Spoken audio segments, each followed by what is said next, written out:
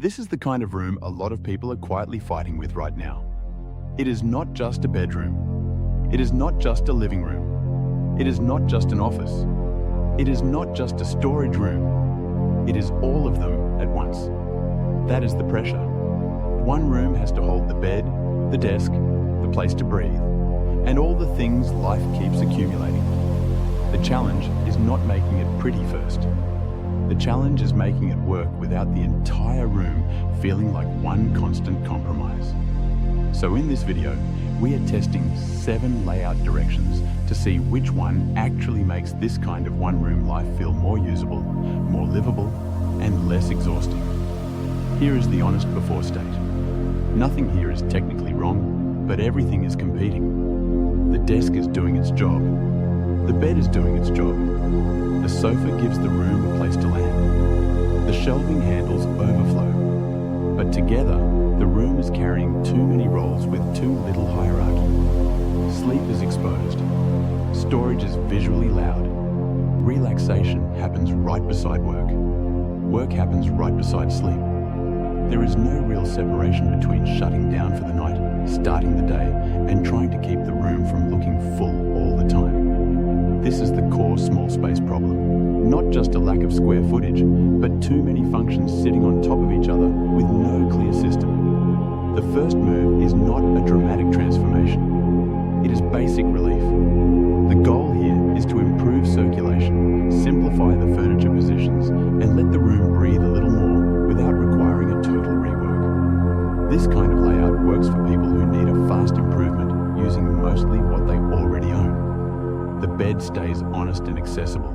The sofa still exists as a real sitting area, and the desk remains usable. The improvement comes from better spacing and better alignment. This does not solve privacy in a major way, and it does not completely quiet the storage pressure, but it proves something important. Even a small shift in layout can reduce the feeling that the room is constantly closing in on itself. This version treats privacy as the first priority. Instead of letting the bed remain fully exposed to the entire room, a divider starts to carve out a more protected sleep zone. That changes the emotional experience of the room immediately. The bed stops feeling like part of the hallway of daily life and starts feeling more intentional. This matters if the room has to support guests, roommates dropping by, constant visual clutter, or simply the need to mentally separate rest from everything else. The trade-off is that privacy solutions can tighten the room if they are too bulky.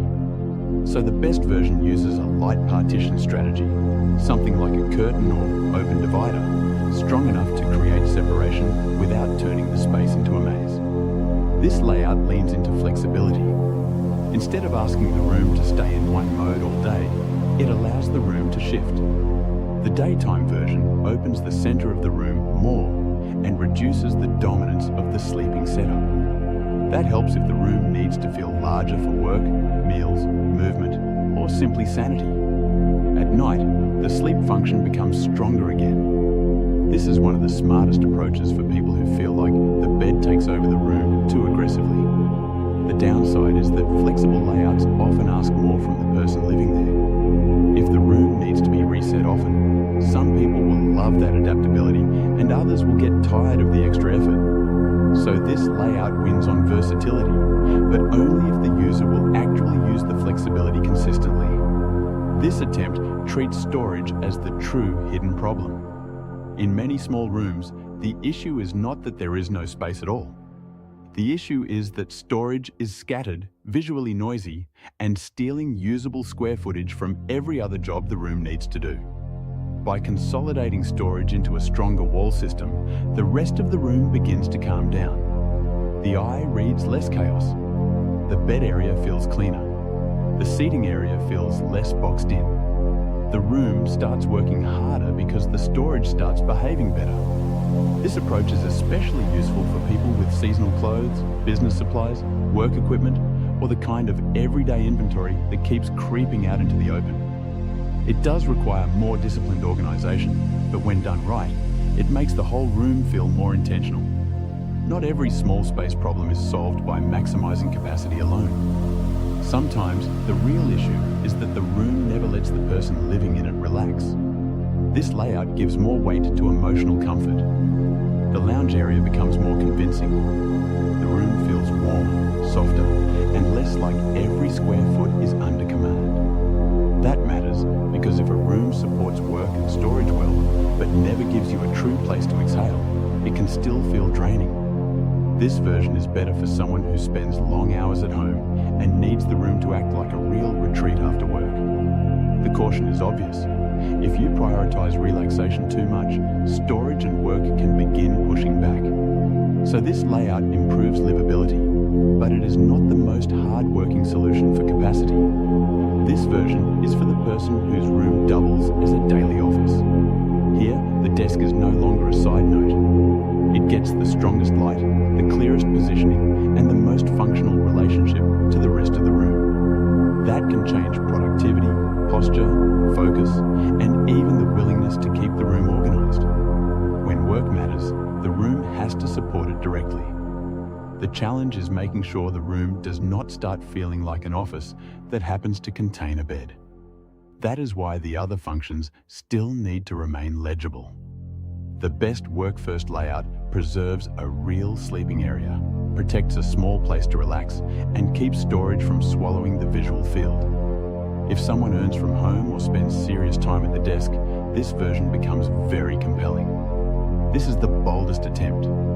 Instead of making one small improvement, it pushes the room toward a full system. Zoning becomes clearer. Multifunctional furniture works harder. Storage is better integrated. The room begins to act less like one overcrowded box and more like a series of compact but purposeful zones. This is the strongest transformation for someone who truly needs the room to do everything with fewer compromises. It is the most strategic version, but also the one most likely to require intentional furniture choices, stronger shelving, or more setup effort. In other words, this is not the easiest option, but it is the most ambitious proof that one room can still perform like several rooms when the layout is doing real work. The winner is the balanced layout, not the loosest one, not the most extreme one. The best overall solution is the version that gives the room a protected sleeping zone, a serious desk area, a real place to sit and decompress, and storage that feels managed instead of exploding into every corner. That balance is what makes it the strongest everyday choice. Some viewers will still prefer the work-first version, and some will love the max transformation version for pure efficiency. But if the goal is one room that can handle work, sleep, relaxation, and storage without constantly feeling tense, the winner is the layout that distributes pressure instead of just moving it around. It protects privacy, preserves function, and keeps the room feeling livable. That is what makes it the best overall answer to a room with too many jobs.